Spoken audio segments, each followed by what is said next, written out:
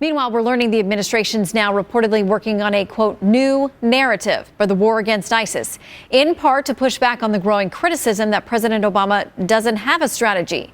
And we may already be seeing our first installment in this new messaging campaign, as the State Department suggests that bringing peace to Syria, a country where some 200,000 plus have been killed and thousands of others are fleeing, was one of the White House's, quote, pivotal foreign policy moments of the past year.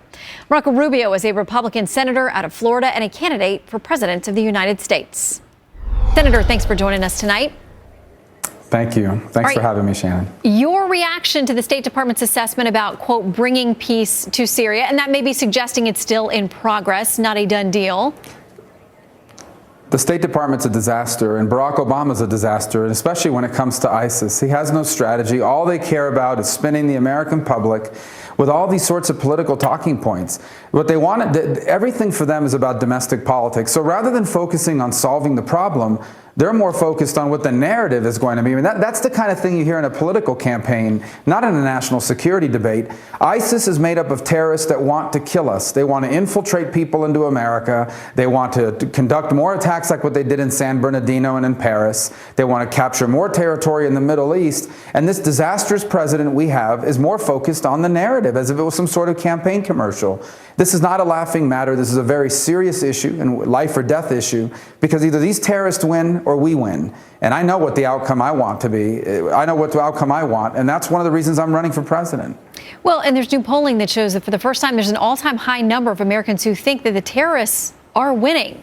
I mean, is there something to be said about messaging and about the president's push to make sure that Americans do know what's happening? I mean, we're hearing about successes with Ramadi and other places with the Iraqi forces stepping up and being able to get some things done.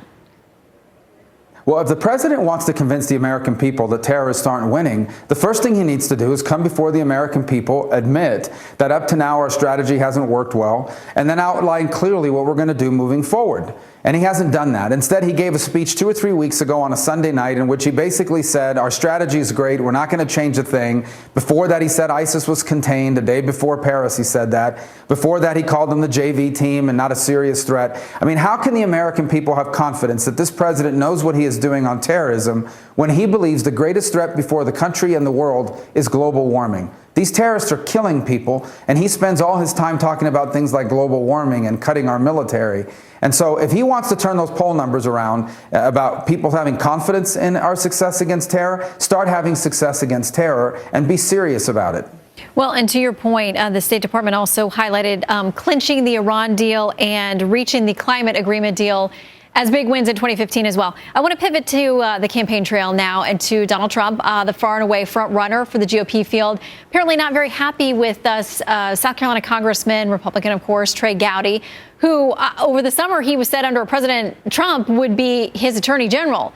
Now that it looks like Mr. Gowdy is supporting you, he's no longer a fan. Well, we're very proud to have Trey Gowdy's support. He's a phenomenal member of Congress. He's in politics for the right reason, and that's to make a difference. He's someone that has held people accountable. You know, one of the big problems we have in this country today is Washington is completely out of touch. You've got a president that instead of fixing our problems has spent 7 years trying to change America, and Trey Gowdy, and in the process has done things like ignore and violate our Constitution. And whether it's on a host of issues, Trey Gowdy has been one of the few people in Washington, D.C. that has held people accountable for wrongdoing and has held people accountable for not doing a good job. We are proud that he's helping us in this campaign. I think he's a phenomenal public servant. And as I said, we're very grateful for having the support of someone of his caliber and quality. What do you make of the criticism, the fact that he was very much a Tea Party favorite? He's been considered one of the most conservative guys on the Hill for a lot of very important topics. But now people say that he's supporting you. They don't think he's as conservative as they once did. And now some of his biggest supporters are now his critics. Yeah, look, I mean, this is politics. So whenever you're supporting a candidate and they make a decision, someone else decides to support somebody different, and all of a sudden people start making these sort of accusations. Trey Gowdy has one of the most conservative records in Washington, D.C., as do I. I am a proud conservative.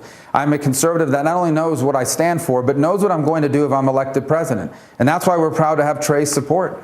When I'm elected president, we are going to reverse all of these disastrous decisions that Barack Obama has made, from the climate change rules to the unlawful executive orders to the gutting of our military, gutting of all of our programs to help gather intelligence. We are going to rebuild the American military. We're going to reclaim the American dream. That's why I'm running for president, and that's why Trey Gowdy is supporting me. And maybe Trey Gowdy would end up being Attorney General after all. We'll have to wait and see. Senator, thank you very much for your time. Good to see you. Thank you. Thank you.